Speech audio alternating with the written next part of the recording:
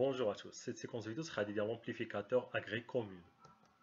Donc soit le montage agrès commune, donc vous avez la tension d'entrée, c'est au niveau de la source du transistor FET. Vous avez la grille, la source et le drain. Et la tension de sortie VS au niveau du drain. Donc les deux tensions sont liées avec des condensateurs C1 C2 de liaison qui se comportent comme des courts-circuits à la fréquence de travail. Vous avez la résistance RS entre la source et la masse. Le drain est connecté avec VDD par la résistance RD. Et vous avez la grille connectée directement à la masse. Donc on cherche à déterminer le gain en tension, l'impédance d'entrée ZE et l'impédance de sortie ZS. Le schéma équivalent, donc on considère les condensateurs comme des courts-circuits.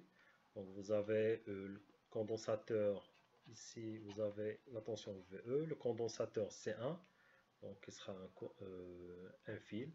Vous avez la résistance RS entre la source et la masse, donc ça c'est la résistance RS. Vous avez la source de courant GM-UGS, donc GM-UGS,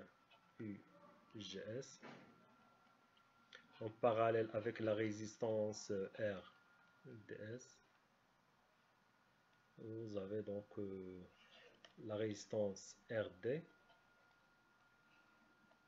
entre le drain et la masse, donc on remplace VTT par la masse au régime alternatif. Donc vous avez ici le drain et vous avez la grille connectée à la masse. Ça c'est la tension VS. Donc on commence par déterminer le gain, donc AV, donc le gain de la tension AV, donc c'est la tension VS sur la tension VE. La tension VS, c'est la résistance RD multipliée par tension GM-UGS. On considère la résistance RDS très élevée, donc l'infini, c'est un circuit ouvert. Ici, vous avez donc RD GM-UGS divisé par la tension d'entrée UGS. Donc c'est UGS. On simplifie les UGS, donc c'est à peu près RDGM. Ça c'est le gain en tension. L'impédance d'entrée ZE, donc c'est VE sur courant d'entrée IE. Donc VE c'est UGS. Courant IE, donc c'est la somme de courant qui parcourt la résistance RS. Donc c'est VE sur S, donc UGS sur la résistance RS plus la source de courant GM UGS. Donc on simplifie les UGS.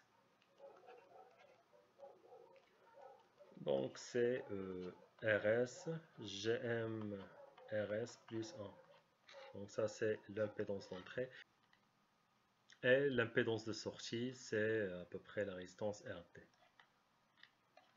Donc vous avez ici VS et vous avez IS, donc ZS, c'est VS sur IS, donc c'est la résistance RT. Merci pour votre attention et à la prochaine.